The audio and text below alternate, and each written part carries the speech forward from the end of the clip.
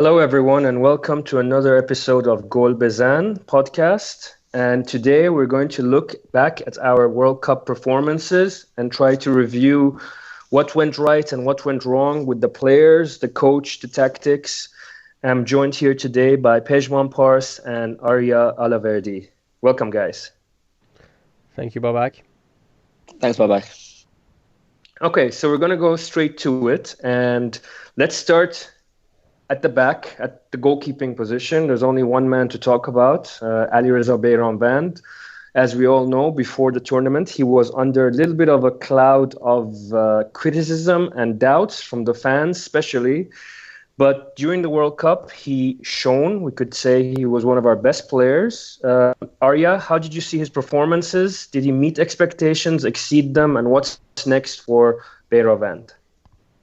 Yeah, I think he exceeded them for sure. I mean, he was getting a lot of critics before the World Cup. You know, even just before the World Cup quite recently against Turkey, you know, people were complaining about his goal that he conceded. You know, he was getting a lot of critics. And I think that, you know, it puts, for his age, he's about 25 years old, it's going to put pressure on him. So I think he showed us that he can play under that pressure.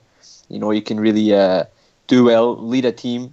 And, you know, 25 caps now for the national team. He's done well. Although against Portugal, I think he did make some errors. But I actually think the Portuguese team didn't really capitalise on errors the way they should have. But I think he did well to recover from it. And obviously, penalty save of Cristiano Ronaldo. You know, he's a good tournament for him, I'd say. Pejman, how do you see the future for Beiranvand? And do you agree with what Arya just said? Kiris, Chetori. That's for me sums it up. Yeah, I agree. I think he did good. He much better than everybody expected, me being one of them. And about his future, the next step for him, if he wants to develop and become a better player, is to leave Iran for somewhere in Europe, and that's kind of hard because as a goalkeeper, you either need to play or you just will sit on the bench and not develop. So he maybe needs to find a weaker league like like Sweden and Norway. We had Sosha and Alireza Hariri doing something, or maybe trying, I don't know, doing Russia and Portugal that other keepers have done. But I would love to see him somewhere outside Iran so he can become a better goalkeeper, because he still got a lot of things that he needs to become better at. Thank you. I'm gonna add the point that I think Beiranvand had a good World Cup. I don't think he did anything spectacular. I think he mostly saved what you would expect a decent goalkeeper to save.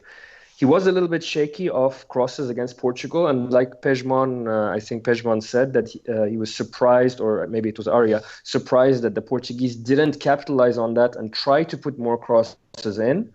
He had a little bit of a clangor in the double save from Busquets against Spain as well. So I think the overall mood in Iran is so positive. The penalty save, of course, was very good, but it wasn't the best penalty.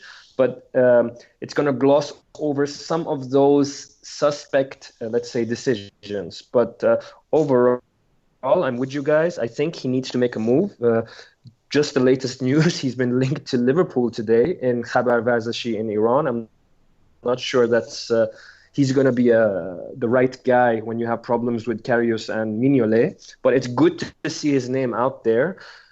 Just to wrap up on Beiranvand, guys, if you had to give him a ranking from A to B, C, how would you rank him? Arya first.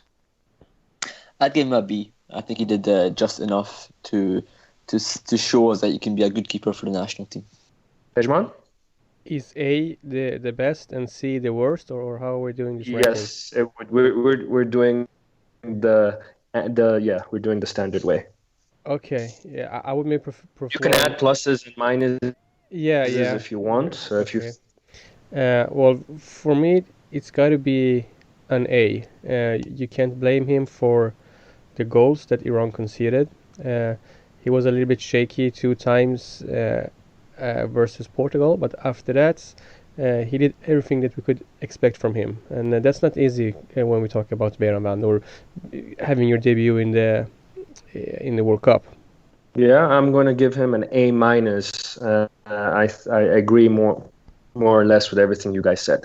Now, moving on, we're going to look at the defensive line. I mean, there's not much to say about the backup goalkeepers, Mazahiri or Obidzadeh, but just a quick point. Do you guys see either of those guys playing a role in disposing of Beinovan for the Asian Cup? Just a quick word, Pejman? No. Oh, sorry, you go first. I can't really see that happening. If he was like over 35, sorry, and we needed new blood, but that's not it. So I can't really see him losing his position or giving a good reason why he should lose it. Arya?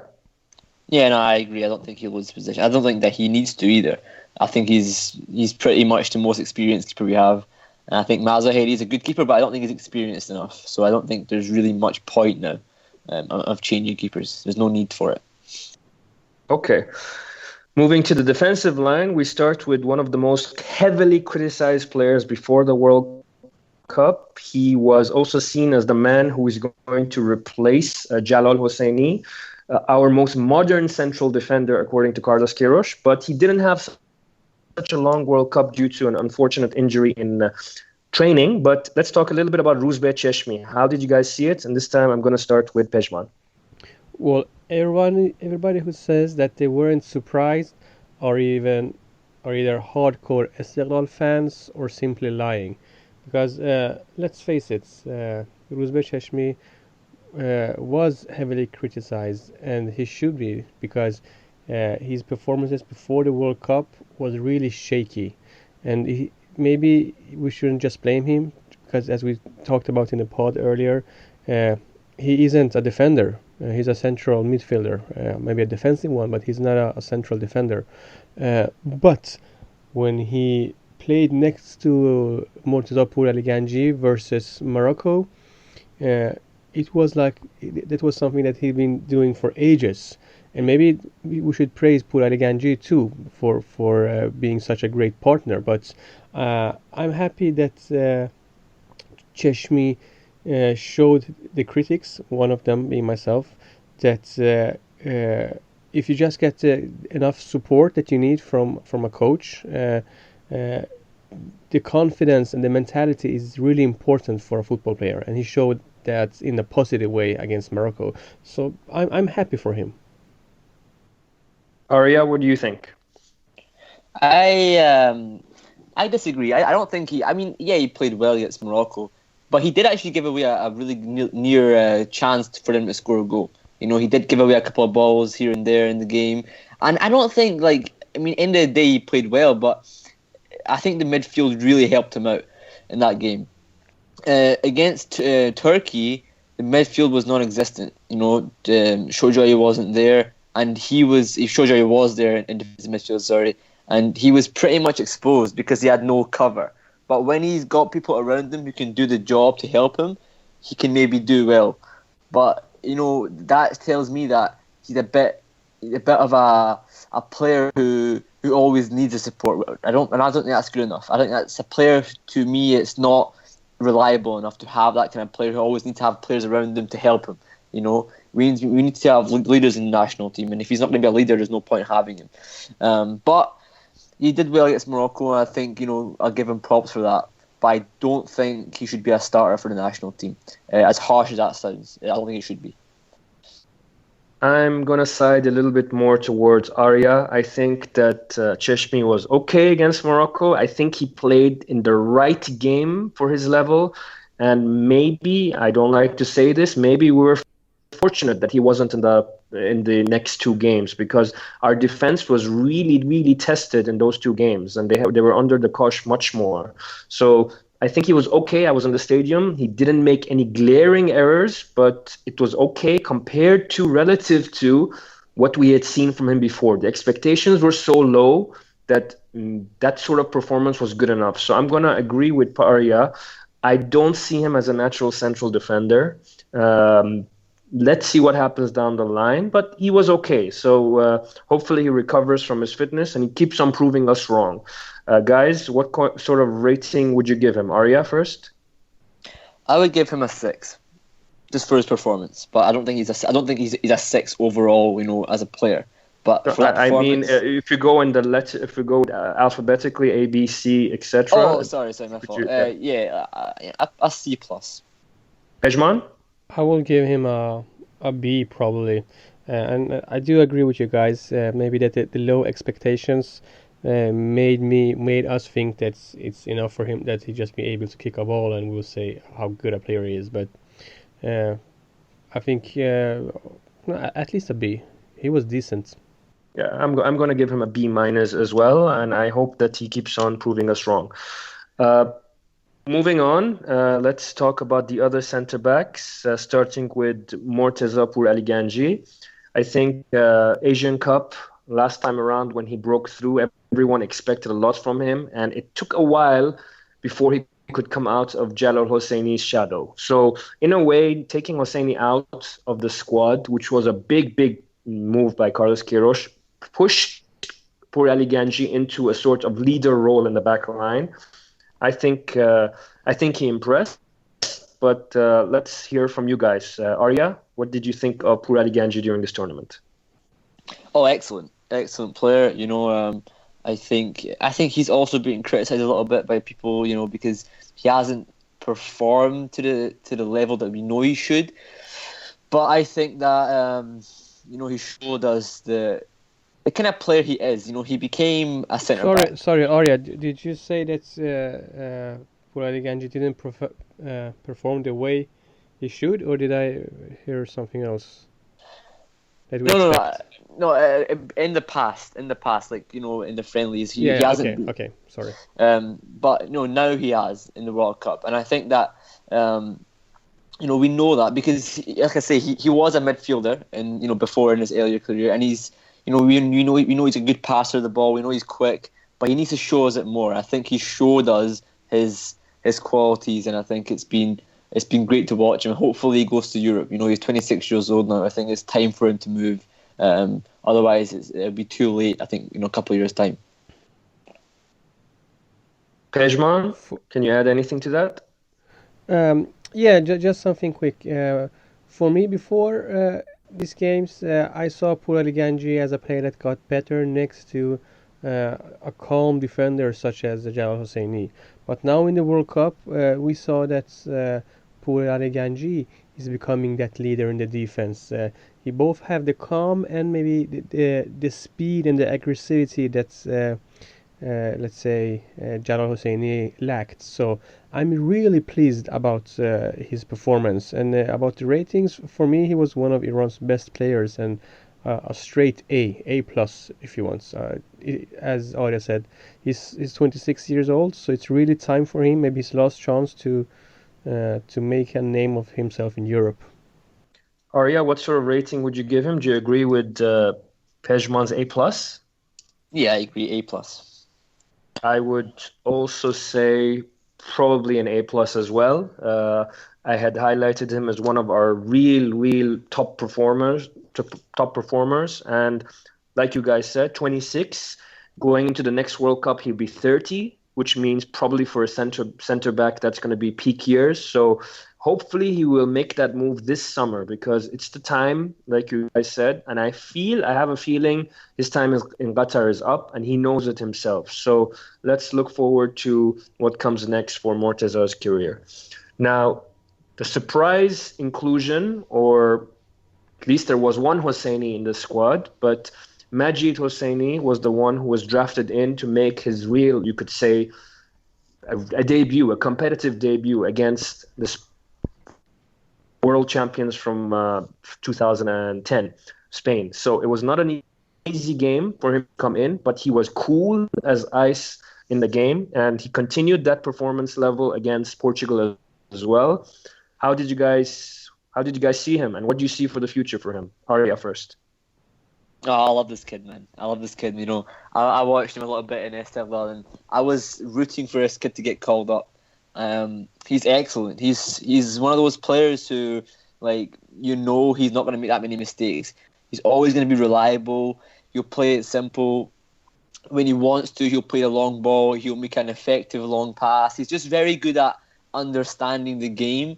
At that age, it's very difficult because what are you going to learn in Esteghlal? No offense to Esteghlal if there's any fans you bought listening, but what are you going to learn with players like, Montazeri Cheshmi, who haven't experienced that much in their careers either, and they're older than him, and he's not going to learn much from them. But he's basically just gone through a path in the last year that he's really made himself a player that he's playing against Spain and Portugal, which is unbelievable. And his performances in the World Cup have been excellent. And if you think about it, just quickly, I'll go quickly to before Pejman talks. He's played 4 games for Iran, and in those 4 games, he's probably made no mistakes, literally no mistakes. Cheshmi, Khanzadeh, the guys who have been in the team longer than him, who have made more caps, have made about 15 mistakes in their caps. And Majid Hosseini's played against harder teams, Portugal, Spain, Morocco. So for me, it just shows how talented this kid is and how much he has to go to Europe as soon as possible. For me, he's not just the biggest surprise for Iran. Should be the biggest surprise in the entire World Cup. People or media outside of Iran really doesn't know much about the national team. If they knew something about Majid Hosseini's past, they would be really surprised that he is more or less debuting in the national team, playing against Isco and Diego Costa and Ronaldo and Quaresma and whatnot. And he's acting with such confidence, with such cool. He's making the right decisions all the time. It's hard to keep it up in 3 games. You can be lucky in 1 or 2 games, but doing it in 3 games against 3 really tough opponents, that can't simply be just luck. So for me, I got a new personal favorite in Majid Hosseini. Sure, we've seen him in Esteghlal doing good, but playing against Gostaresh and I don't know Siyah Jamegan, you can't compare that to playing in the World Cup. For me, he's the A++. He should. Which team ever will get his contract, they will be really happy, because I'm sure he will develop into a really big star. I'm rooting for this guy. Arya, what would your rating be, and do you see him making a move this summer? A+++. And I hope so. I really hope so, because he deserves it. He deserves it. And, he played on his birthday against Spain. That's crazy, man. That's crazy. I couldn't do that. But yeah, I hope so. I'm going to give him an A just because I feel Morteza was flawless in the 3 games. But of course, excellent performances by Majid Hosseini. I'm going to give him an A, and we're going to move over to the fullback positions. Let's start with another player who's been criticized by many members of this podcast, Ramin Rezaian. Honestly speaking, I'm one of his bigger critics, and I was really, really surprised by the level of performance he put in after the first 15-20 minutes against Morocco, when he was a little bit all over the place and nervous. He seemed to run all day. He was putting in a shift in defense. He was making overlapping runs, trying to put the crosses in. Okay, they were not of the highest quality usually, but he was an all-round action pack. And at 28, probably reaching the peak of his career. Pejman, what do you think about Ramin Rezaian during the World Cup? One of the biggest positive surprises. And, we talked about this a little bit before, and actually talked to one of my friends, Makan, shout out to him, yesterday about Ramin. We said that he's easy to not like because of his way on social media, and that kind of gets away from the focus of him as a football player.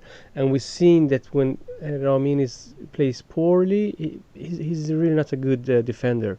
But we couldn't see that against any of these 3 teams in the World Cup. I think something that he did really great, and I was watching him a lot actually, just because I was looking to see if he got any defensive skills. Um, when a player came at his side on his Iran's right side, so to speak, and they came very often from that side.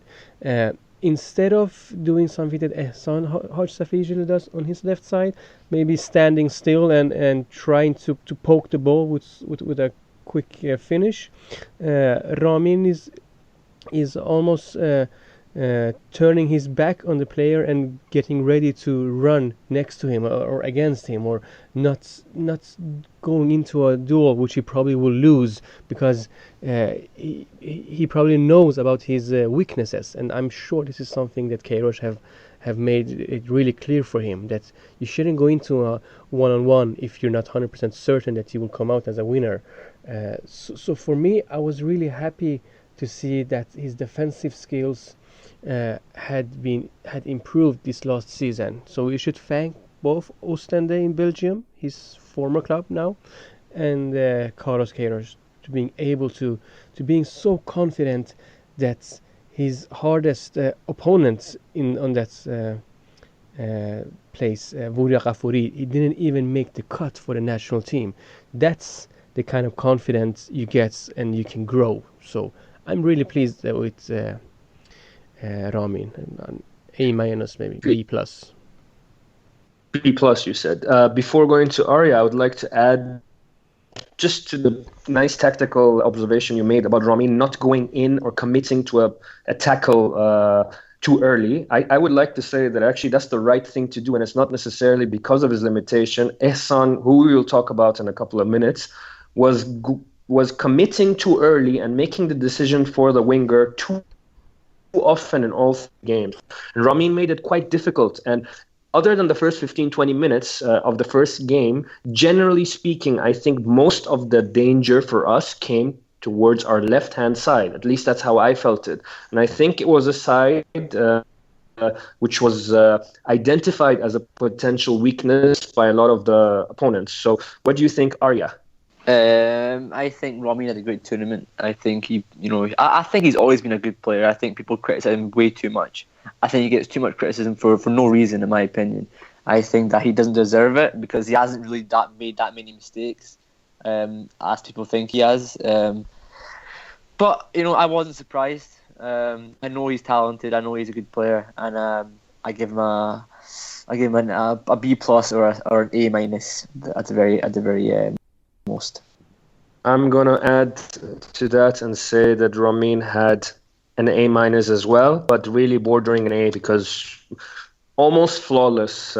He did make a goal line save as well, with putting his right and his rear right where it hurts. So let's give him some props, and hopefully he can keep it up and find another club in Europe and not move back to Iran. Don't forget he's 28, so his presence in the next World Cup is not a certainty. Moving on to the left-back position, and person who captained us, I think, for the longest amount of time during the World Cup, Ehsan Hajsafi. It was a very big surprise that he moved back to full-back position after playing for almost exclusively 4 years under Queiroz in central midfield. So I personally don't think that helped Ehsan. I mean, at his club, he does play a bit on the left, sometimes on the left side of midfield, sometimes at left back. But I feel tactically it didn't help him to be thrown into left back. It was a big surprise because Milad Mohammadi had been excellent throughout qualification. So let's start this time with Pejman. How did you see Hajsafi's performances, and what do you think about the future? Well, as you mentioned, him being going back to the left defender was a surprise for a lot of us. We were expecting Milad Mohammadi there. I think to be honest, he got more praise than maybe he should be given credit for. He wasn't bad. He was better when Iran was attacking and trying to providing the ball, but we know that Iran didn't do much of that in the World Cup. And as you mentioned before, he jeopardized himself and the team a couple of times with his defending by trying to get the ball from a much more skilled player than himself. But he's still growing. He's 28 years old, but I think he's still got some potential to become a better football player or a better leader, because he's now our second captain after Masoud. And what I want to say about Ehsan in this World Cup is that I don't. It's hard for me to understand why Queiroz wanted him to play instead of Milad Mohammadi. My guess is that he was thinking more about the experience in this matter. I don't know. Pejman, I would B just like minus. to I would like to throw something in there. I think he was playing largely because of set pieces, and Carlos didn't see him as the answer in central midfield, but didn't want to lose his set piece capabilities. What do you think? Maybe, but and it's easy to praise him because it was his from his set piece that Morocco scored an own goal. But to be honest, I think the set pieces that Iran had, especially in the first game, was awful. They wasted their chances too often, so that didn't work out for Iran as well. But I think you might be onto something. Why not? So B minus from you, and moving on to Arya. Tell us about what you think about Ehsan during the World Cup. Yeah, just very quickly, I don't think he should be a left back. I think we all know that. I can see the logic of playing him at left back though, because I believe Queiroz didn't want to drop Ibrahimi and Amiri. I think he wanted to play them in that box to box, with the box to box roles, because they were doing so well, and you can't sort of take it away from them because it's momentum's going with them, and they have to keep playing. And maybe he saw something in training and he just thought that, it's better just playing them. And then he thought about experience over maybe talent, and he just played Ehsan at left back. And I think Mohammadi, I feel sorry for him because he's tried so hard. Like, he tries his best every game. He's an absolute workhorse. But end of the day, I think it was an error maybe of judgment by Queiroz slightly, but I get it as well. I get it. Like, it's not a bad decision, but it's not the best. I would have played Milan at left back, but it's just what it is, and maybe we'll learn from that as a team. Oh, and I would give him a B minus. Now, I will say, I think, okay, you say it's a slight error of judgment. For me, it was the one glaring mistake on the personnel side from Queiroz during the tournament.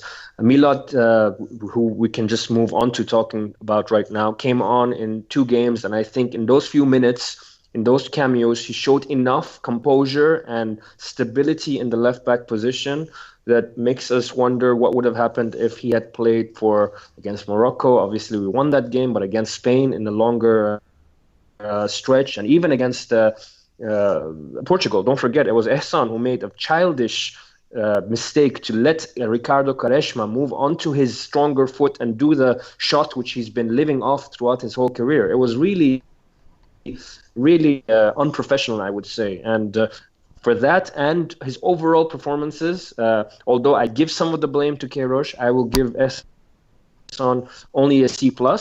But now we can transition into Milad Mohammadi. How did you guys see him during the few minutes he played, and what ratings would you give? I can start. I don't know. I think he had some. I think he was better in the first game which he played. He didn't need any starting acceleration time. He just went in and did what he had to do, and I think he did it quite good. In the game against Portugal, I think he seemed a little bit stressed. There was a moment where he was on the left side and he had like 2 or 3 Portuguese players and maybe one Iranian player next to him, and he was like dribbling everyone, and even himself. So it was like he's just running away around with the ball and being kind of clumsy and kind of overstressed. And we also saw this really heart-giving run that he had on the left side. We usually don't see Milad Mohammadi doing that, because for me Milad is much more composed, is much more safe in how he plays. But I think against Portugal he had some problems, but I think he still should have started that game, to be honest, and maybe got into the game from the beginning. A B minus for me for Milad. Arya, do you have anything to add to that? It's tough to really give him a rating because he didn't really play that much. But I don't. Yeah, there's not much to add. I think he's a great player, and I really hope that he continues with his career in Europe. And I think the next World Cup, I think he'll be our starting left back for sure. I think he's 24.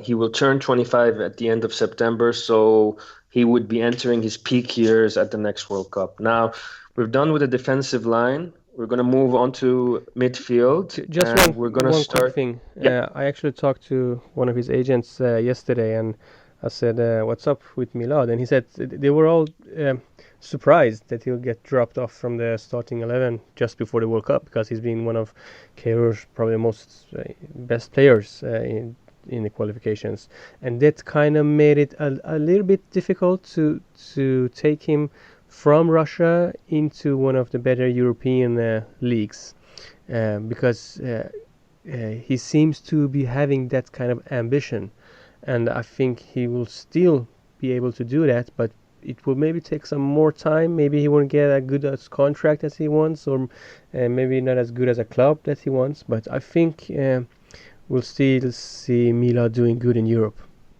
Okay, thank you, Pejman, for that. Moving on to central midfield, let's start with Omid Ebrahimi, who I think was one of our standout performers. I've always been a fan, to be honest. I've seen him as the closest replacement to Anjanik Teimourian since he's retired from the national team. How did you guys see it? Starting with Arya. Shire. No, he's an excellent player. I think he's one of those players who, a bit like Nick Hunam. They get better as they get older. I think I feel sorry for him too, because he worked so hard in these games. He ran so much. He played in two positions, played in the deeper role against Morocco, and he went further up the pitch against Portugal and Spain. And I just think he was an absolute workhorse. And even before the World Cup, we weren't expecting him to start. I thought Ali Karimi would be in the squad ahead of him.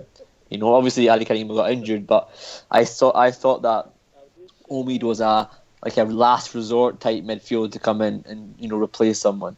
But I didn't know he was going to start. But he did start, and he was brilliant. He really was. I'd give him an A+, genuinely, for his performances. Perfect. Pejman, how did you see Omid Ebrahimi? I think he was the giant in Iran. He was Iran's best player in the World Cup. I know we had a question on Twitter. Who do you rate as Iran's best player in the World Cup? For me, it was Omid Ebrahimi. He played in a really tough position that we had some problems before when the big names are missing.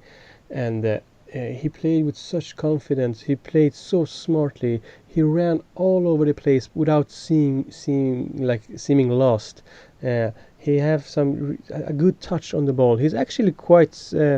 He could play more offensive as well, because he's got those kind of qualities. For me, Omid Ebrahimi showed that why he's called the commander in Esteghlal, and why the fans love him so much. He was amazing, outstanding, and I don't want to change him with any player, to be honest. So I guess that's A+ all around, because I have to agree with what you guys said. He was fantastic. He was tireless. He was relentless. He was pressing. He was always on the move, and it was a beautiful moment when I think he took the armband for a few minutes in one of the games as well. But he's 30, going on 31, so it's unlikely that we're going to see him in the next World Cup. I think every World Cup, Queiroz presents us with someone, and then someone maybe like Hariri last time around who doesn't make it to the next World Cup for various reasons, I think we could probably logically say that Omid Ebrahimi won't take part, but it was a beautiful way to highlight his importance to the team. So moving on to his partner in midfield, Vahid Amiri. Guys, what did you think? I think I can start by saying it was a huge surprise, but we were actually contemplating whether he would be a favorite player to get cut from the list of 24. But I'm glad we were all wrong. And once again, Carlos Queiroz proves that his judgment, 90 times out of 100 at least, is on the ball and different to what we others think. I mean, he's not one that goes with the let's say the line that everyone draws. He kind of makes his own mind up, and it's very different to the regular average Ahmed or Abbas. So what did you guys think? Arya, I start with you. Yeah, do you know what? I think Vahid Amiri has been playing out of position for his whole career. I think he's been playing in the wrong position. Like, as a left winger, he doesn't give us anything. He can't cross the ball. That well. He did one good cross against Spain, but generally, against for Persepolis, for Team Melli in the past, his crossing, his skills, his style of football isn't suited for a winger. His style of football is suited for that position that he played in the World Cup.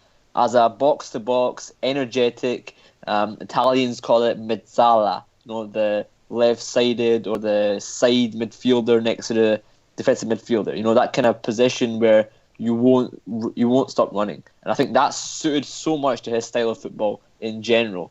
And I think that he should be playing there for the rest of his career because he's been wasted as a winger, in my opinion. He genuinely showed us how good his energy, his desire to win the ball, to get forward, to support the attack is. And I think that's his best position. I really think it's his best position. I would like to say it's not the first time that Carlos Queiroz has surprised us with position change from a guy's usual club position. He's done it with Morteza Ali Ganji, who started off as a central midfielder as well. So Vahid Amiri is another one. So moving on to you, Pejman. Yeah, I agree with you guys. I think it was a really fun surprise. I remember writing or saying that the reason why Vahid Amiri is on the squad is because he takes instructions really good and he listens to the coach. And in these 3 games, he did that really well because he showed that Iran needed to play much more defensively, much more with a stronger defense, and that's maybe something he's better at than somebody that usually plays there on the left side. Let's say Karim usually plays there, or even Kaver Rezai, maybe even Salman. So that was the reason he played, and he took his opportunity and he got himself a couple more years in the national team. Can you guys give me your ratings, Pejman? I don't know, A- maybe? Pejman? A- maybe? A-, and A? Arya? A. As well. Okay. Next in the line of midfield, we're going to have a quick look at Said Ezzatollahi, who I felt had his best performance in the national team against Spain. He faded a little bit against Portugal, but we saw everything that we've been wanting and asking to see on a regular basis from him since he made his debut in the game against Spain. So, guys, how did you see his World Cup, and what do you see as the future? Starting with you, Arya. Sorry, who is this player again? Said Ezzatollahi. Yeah, I am, brilliant player. I think that he, funny comparison, compare him with Busquets. Busquets had a really bad game. If you watched him closely, he did nothing against Iran. He's meant to be the guy who keeps the ball moving. He was pretty much redundant in that game. Obviously different team, different style of football, but, for me, Ezzatollahi is a really mobile player. He got around well, big guy. He packs. Well, I don't know how is he? 190 centimeters. Very tall guy, right? But he runs like he's 5'7". He's got great mobility, and I think his chance of getting a new club this summer are high. I think he was saying he's got offers from Spain, so I think that would be brilliant for him. Brilliant move if he goes to Spain. I think that he's got a lot of potential. I agree. I think he needs to. He's one of the. If I had to pick 2 or 3 players who need to move this summer, Said is definitely one of them. He needs to play at a better level of league, a league that suits his style of football, because the Russian league is a very defensive, physical sort of league. So going to Spain or France or another country where they would value a central midfielder like him, I think it would be great. Pejman, what do you think of Said's performances? I was surprised, to be honest, because for me, Said has always been too slow. He's always caused free kicks, actually, and yeah, sure, he caused a penalty against Portugal, but it was against Ronaldo, so we should give him some slack for that. He played with such confidence. He was at the right place at the right time all the time. He was good at the defense. He was good at the offense. He was good distributing balls. And now I really see why Queiroz fancies Said Ezzatoli so much. That's because he's a smart football player, and that's nothing that you can easily train on, become a better, smarter player. So, and he's only 22. So yeah, he should leave Russia to become even a smarter player. Why not giving him a B plus, an A? I don't know. For me, ratings they're so hard, so different. I'm not really into them, to be honest. But now we're doing them. So is that a B plus or an A minus? A minus. Arya, would you concur? Yeah, I would say, yeah, I'd concur. I think A minus. Okay. Next, in our look at the midfielders, I'm going to briefly have maybe a few seconds on Masoud Shojai, who came on to replace Said in the first game. He played for about 60-something minutes. He didn't show up in any of the other games. It's clear that Carlos had him there, even though he's the national team captain. He was there for the role off the pitch quite a lot and some experience in the first game. So a few words from Arya first on Masoud. Masoud, he did what he had to do, in the first game, did his job, came off, didn't really do much more. That's all I can really say. Did his job, didn't play the best, came off, and then just kind of was on the bench for the rest of the tournament, pretty much, as a captain, leading them off the pitch. I think you're right in saying that. I would give him a C. Okay, Pejman, I mean, we heard interviews from Sardar, Ramin, and other players. The way they talk about Masoud and they say, "Oh, Masoud," you can see an admiration, a respect, and it's not just because he's the captain or he's older. It's an earned respect, and I think this is a very rare, let's say, event. At least in my lifetime, since I've been following Team Melli since the early 90s, I haven't seen that. Even for the likes of Ali Daei or whoever else was the captain in the last 20, 25, 30 years, it's very rare for a group of players to really look up to a guy like they do with Masoud. And I don't think it's because of his on-field, let's say, talent. I think he's been one of the pioneers in Europe by moving to Europe at an early age and moving around in leagues and regularly playing football there. But also his integrity, his character, his personality. So did you see Masoud as a more of an off-the-field presence in terms of what he was bringing to the squad at the World Cup? Well, both yes and no, because you can't have a player just because he's a nice guy. Or you can have him, but you don't let him play. Maybe like Ashkan. Let's not forget that Masoud have a great season in AEK Athens, so he's a good player. We should not forget that. And he played in a wrong position in the national team, and that's why he played awful, to be honest. Not good, but him being a gentleman, I think, is really important.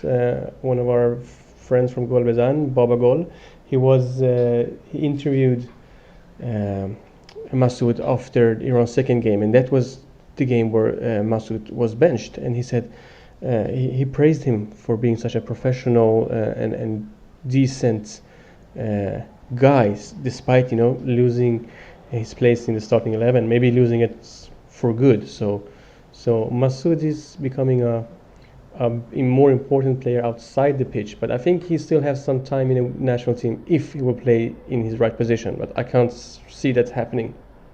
Yeah, he's don't forget he's 34 years old. He turned 34 during the World Cup, or just before the World Cup, I should say. So I think a farewell at the Asian Cup is possible, but anything longer than that is probably unlikely.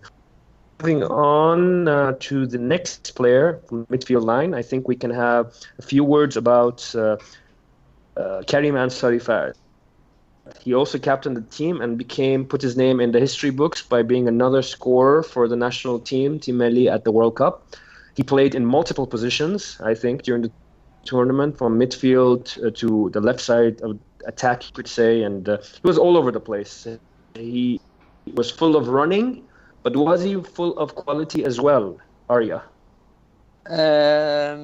Maybe. I think maybe against Morocco, not quite. Didn't really do much. I don't think he was awful against Spain. He tried. Like you say, he's one of those players for his club. He'll score goals. For the national team, he'll run. I think that's basically the way you can put it. I think he's got a different task, if you want to say, for the national team, which is fair. I think Osman's our striker. He'll probably stay our striker. He won't be a striker for the national team, so he has to have a different role. And I think Queiroz tried to sort of find something new for him. In the midfield role, in the middle of the park, he's not a player who's going to pass the ball like a Dejaga or a Shojai, but he'll work for the team, not in the same way that Ibrahimi and Amiri work for the team.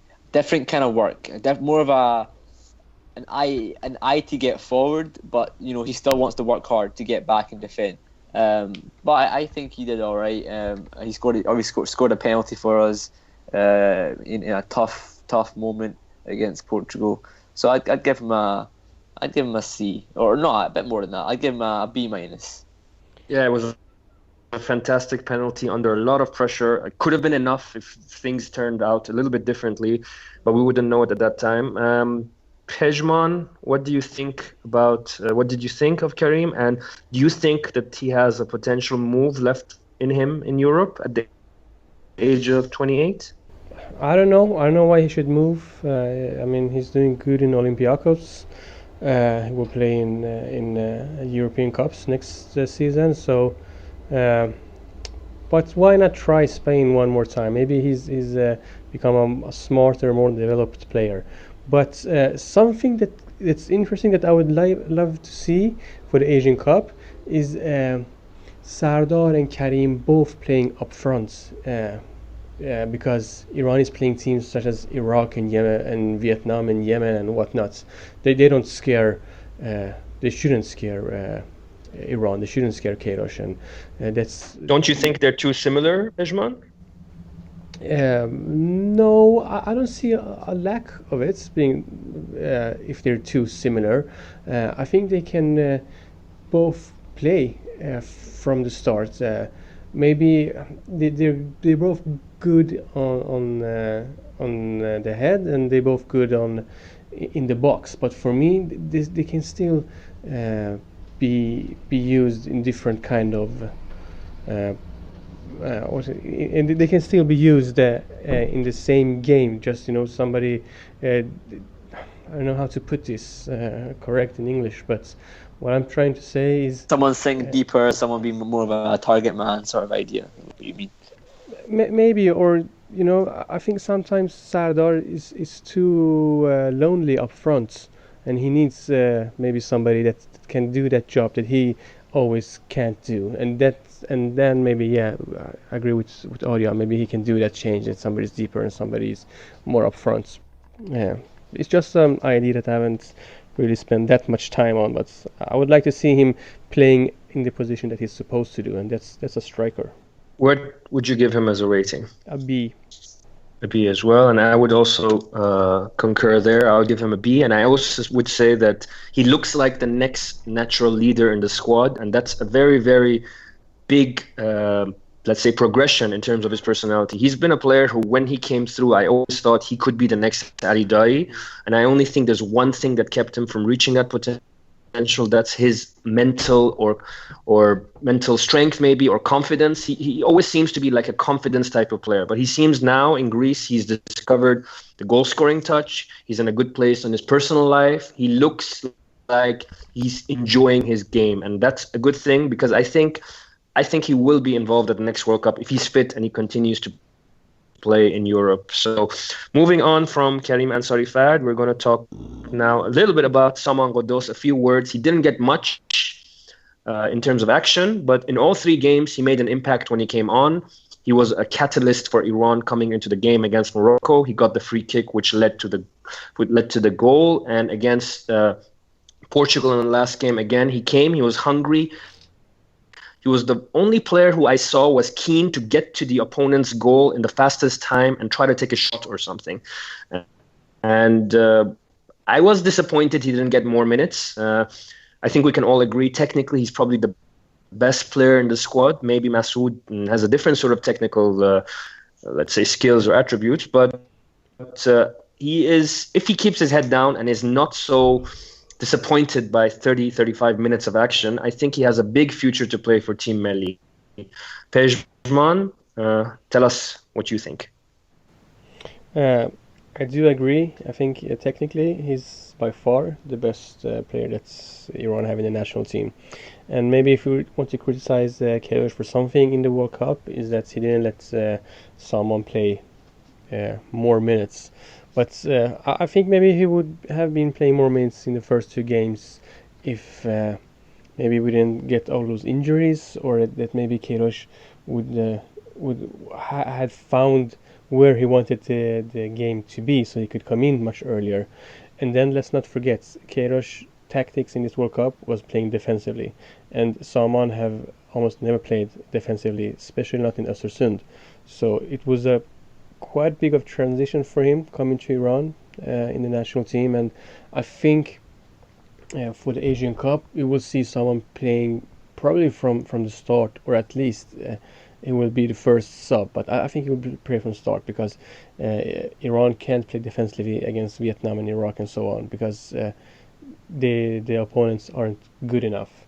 So yeah, I think we can expect much more from him, and I think he's of course disappointed, but who wouldn't be? But at the same time, he's professional enough to simply move on. He's only 24, soon 25 years old, so he's still got some time.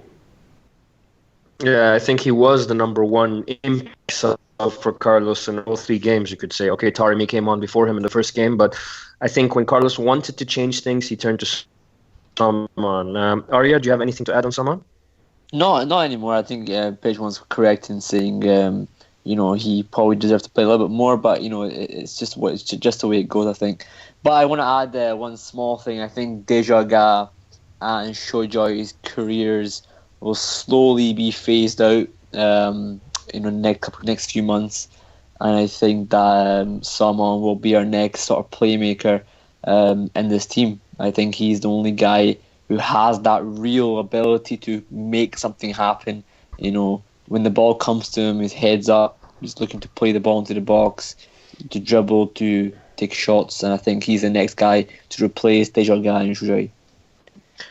Before we move on from Saman, Pejman, do you have any news about a potential move for him this summer? There have been some rumors that he will leave to Championship, to Swansea, where his former manager Graham Potter is the new coach. I can't really see that happening. That's a step down in his career, to be honest, even if the Championship is better than Allsvenskan. He himself was interested in La Liga, but when I talked to his agents before the World Cup, they were really keen on Bundesliga, like a upper mid-table kind of club. But still, he has contract with Östersund to 2021, if I'm not mistaken. But the only reason he got a new contract was that it was kind of a reward for staying another 6 months. So I think you will see someone in a new club before after the World Cup probably. Great. Moving on to the forward line, the last three players, we're going to start with Mehdi Taremi. Yes, he made that miss, which could have taken us as group winners into the next round to face Russia. But we've seen it throughout his time with the national team. He's been very effective. None of us were probably his biggest fans, but he grew on us because of his consistency and always being able to pop up with some important goals. So overall, how did you see him, Arya? Yeah, he was great. I don't think he was really great in the attacking part of his game. Didn't really do much there. But I think it was actually his defensive contribution, which is unbelievable.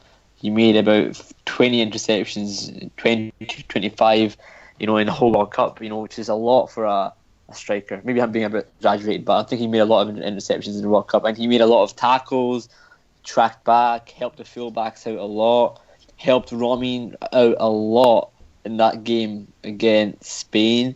But I think Ramin was brilliant as well. I think he's just a really good player. I to come back to that goal against Portugal, when he could have scored it, I think, some might argue and say it was an easy chance. I think it was too hard to score that. I think Messi would struggle to score that. I think, first of all, on his left foot. Second of all, the ball was spinning away from him. When someone hit the shot, it got blocked and it was spinning. So it's tough to hit a spinning ball. And then secondly, the defender and the goalkeeper were blocking the far post. The only option was the near post, and the ball was spinning. So to hit the ball flat, the ball would spin even more. So I don't think it was an easy chance, but he's going to feel upset with that, so it's okay. But good tournament for him. Pejman, I think the two of our three best chances at the World Cup fell to Mehdi. One in the last seconds of this game, and then against Spain, the header. Do you think they fell to the wrong player? No, well, it's easy to say yes because somebody else maybe had scored, but then again, who was there to make the best of those opportunities? It was Mehdi Taremi.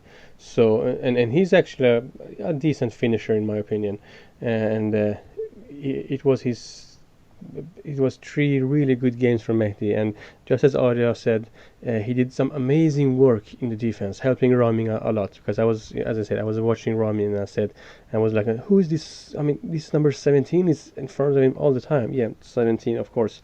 Taremi giving the opponents a really hard time, and his header against Spain, I mean, it was a hard header, and this analyze that Arya have done against Portugal. If it's true, I still think that he should be able to put it on goal, and maybe the goalkeeper should have saved it. But it doesn't really matter. Taremi, despite playing in Al Tarafa in Qatar, have for me he was on. He got an A, to be honest. That's how I rate him. Arya, what rating would you give him? For a defensive contribution, I would give him an A. For the attacking side, I'd give him a B minus.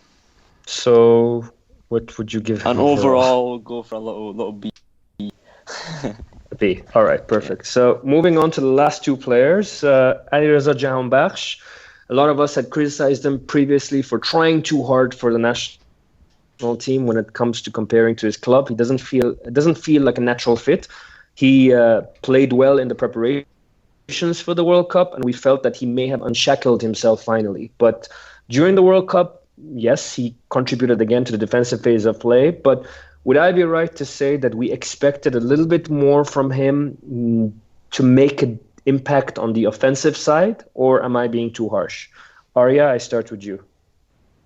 You're not being harsh. I think it's upsetting. I don't want to criticize him because he did try his best. He was working hard. He wasn't being lazy. Like, he was actually trying to create chances, trying to get crosses in the box. it just didn't come off for him. It just didn't work for him. He was really nervous, in my opinion.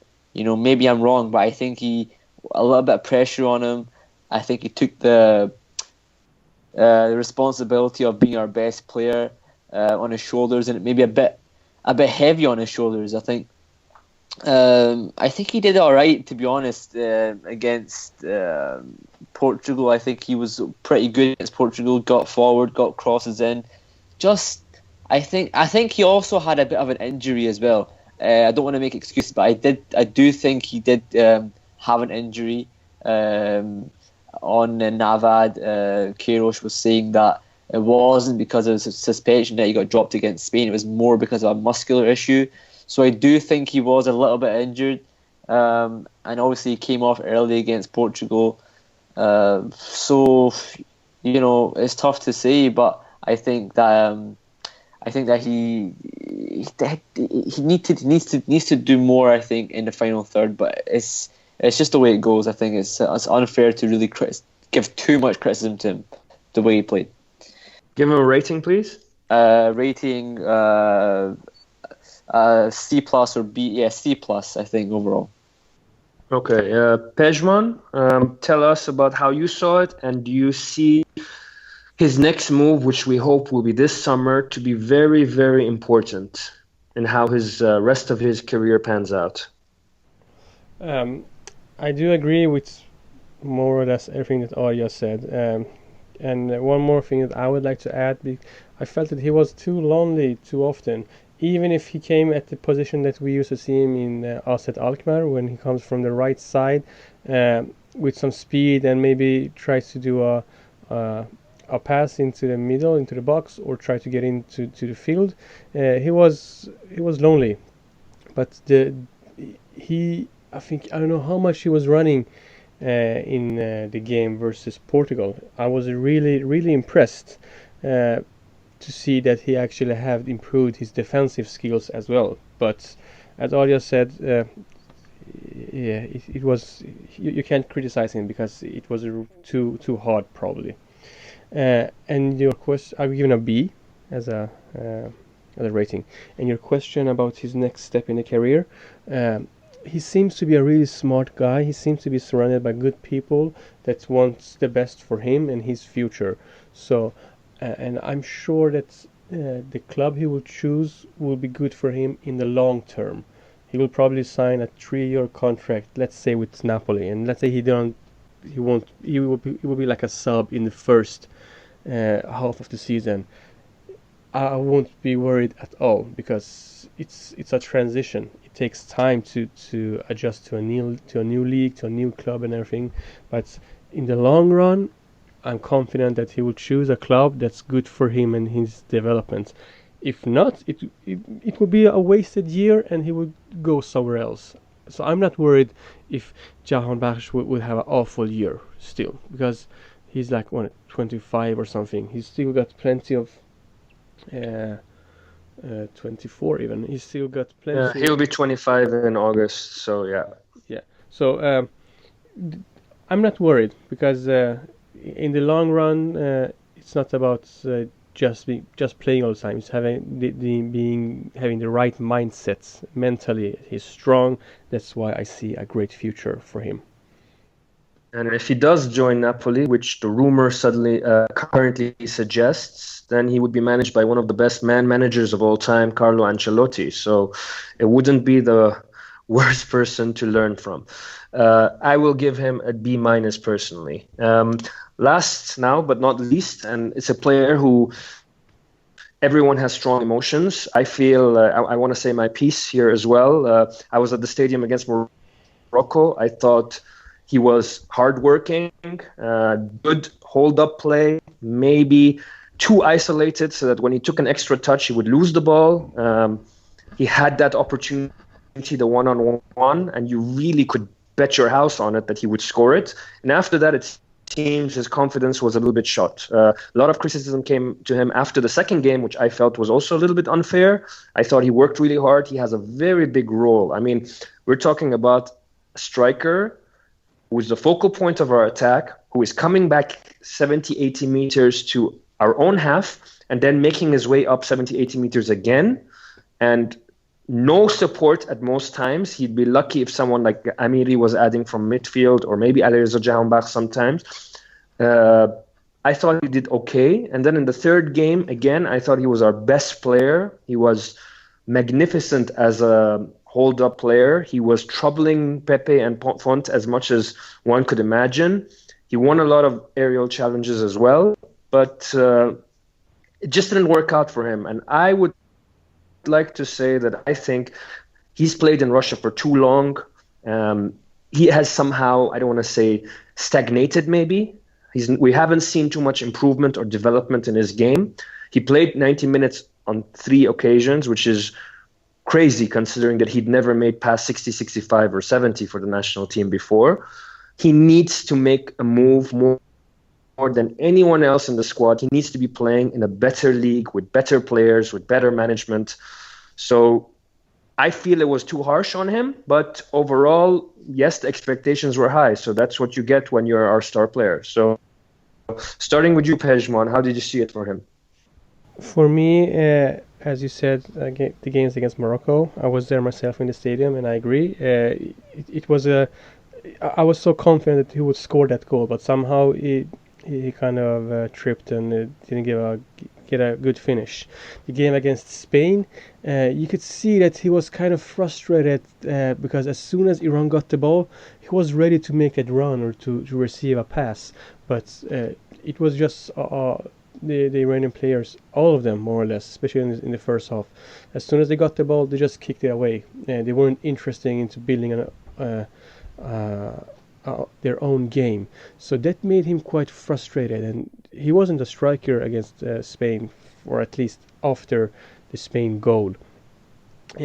Something that disappointed me, even if you say it was a great game versus Portugal, sure, he got the ball a lot, but for me, I think he lost the ball a couple of times too easy, and that was concerning. Maybe he wanted to do a lot too much to show himself that he's that guy, that our go-to guy when Iran needs to score. But I agree with you, Babak, that it's time for a change now. It's time for a new environment.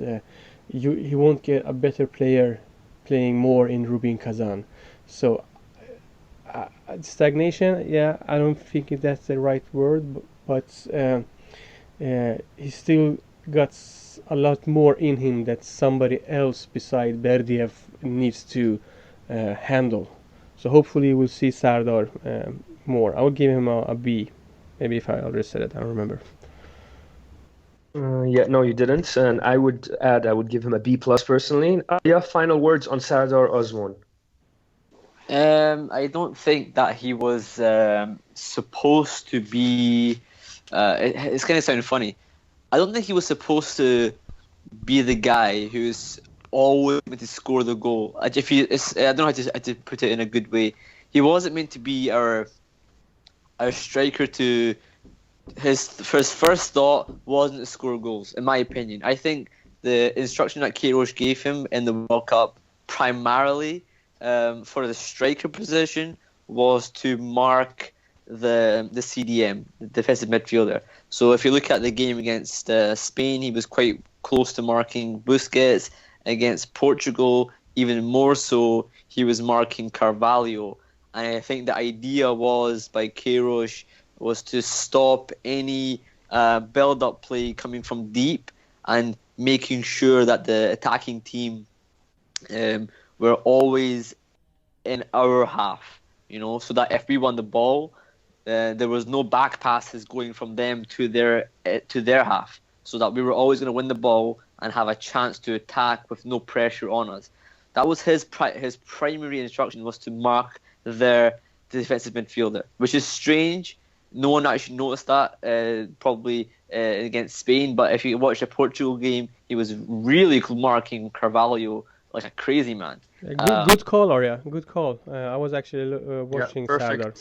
And I agree with you with the Carvalho thing. I didn't notice it until somebody told me, but as soon as I saw it, I was like, Or are they becoming best friends? Do they want to change shirts? And What's going that's on? important. Where Sardar responded to the criticism, saying nobody knows what Carlos wants from me. You have to understand football to know what I'm trying to do out there. And I think Arya hit the nail on the head there. His instructions were primarily to relieve pressure, prevent them from building from the back, and hold up as much as possible to let our runners from midfield. Perfect analysis, Yeah, Arya. Coach Arya, he's your next guy to remember. Thanks, guys. What would you rate him as, Arya? I think he was brilliant for me for his role in the team. I think I'd give him an A because I think he did his job the way he should have done it, which is perfect. All right, great.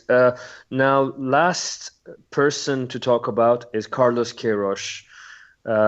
So many questions before. If you listen to the pods before the tournament, we had so many questions and we didn't have the answers, but most of us agreed that more often than not, almost all the time, Carlos has proven us wrong or him right or proven our nerves to be misfounded or misguided.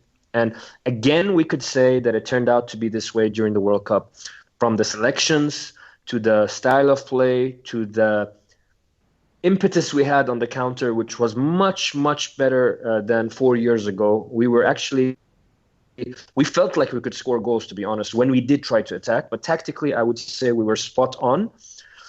How did you guys see it? And what's the future? Pejman, I'll start with you. Yeah, well, I'll say as a Pasha, I'm a Queiroz fanboy now, and I mean, dropping Milad for Ehsan was bold. Bringing in Amiri was bold. Cheshmi, Ebrahimi, Hosseini. So many players that we were so shocked that they're even in the squad or even playing. But after these 3 games, I don't know what we could have done different to make an impact. We're talking about maybe giving some more playtime to Salman, but that's about it. I'm really impressed how he manages, especially taking out the best from the players from the Iranian league. For me, that was a big surprise. As I mentioned, Majid Hosseini, Ruzbe, Ebrahimi, Amiri, and even I would say Taremi because he just left Iran 6 months ago. How they were really committed to the tactics because he's been criticizing them for their lack of understanding football, to be honest, and their lack of fitness. But who ran the most in Iran? He never seemed to get tired. Amiri, Ebrahimi, I would even say Majid Hosseini and Ruzbe. Maybe didn't ran, but Sardar even. I mean, Sardar did 90-minute shifts, back to back, putting such a defensive work in that we had never seen that from him before. Yeah, I mean, if Iran wanted to play offensively, it would be probably like Tunisia. They would score 2 goals against Belgium, but they will let in 5 as well. So Iran couldn't do much more than what they already did, and they had some good luck against Morocco, and they got some bad luck against Portugal not being able to score. All in all, I think Queiroz showed the world, especially not just us Iranians that maybe know him some more, show the world that at the end of the day, it just comes down to 11 versus 11, and being smart, being confident in your gameplay from the beginning, and everybody pushing at the same direction. That's something that Queiroz can't be enough praised for. And you can talk about other stuff that you want to say about Queiroz. He complaining and swinging and arguing against Bronco and the federation and whatnot, but as a coach, he did amazing work with Iran in the World Cup. So he's a A+, no doubt. Arya, how did you see him? Oh, on Carlos, he was fantastic. I think in his press conferences, you can see his focus was always on the team. He was just on the team, winning and getting his results. I think just quickly on his point with Bronco and the preparation, etc. I think if you're gonna give me a reason why we did bad in this World Cup, we didn't qualify for the second round, not did bad, was the preparation. I think he's right to say that we didn't have the best preparation because you have to understand that this team is playing in the PGPL. Some of them are playing in teams against Paddy, against Sia Jamagon. What are they going to do against Spain if they're going to play against these teams? I'm not saying that they're not ready for it. I'm saying that they're not physically ready for it. They're not physically ready to run that distance. Now, the recovery training program that he put out for this team, Queiroz put out for this team, this showed how much that he cares about this team. What coach would have done that? And he was saying in his interview that he paid for training camps. Sorry, rephrase that. He paid for equipment. He paid for hotels.